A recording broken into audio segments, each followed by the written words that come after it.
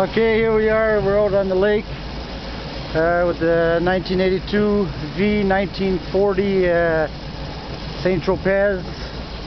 I took her out for a little ride. I think I got an issue with the thermostat.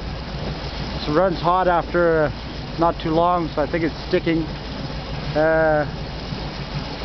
So got a lot of things going on.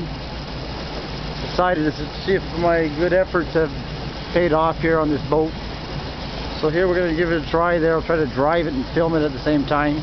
Decided to take a little time for myself there. Let's see how she goes.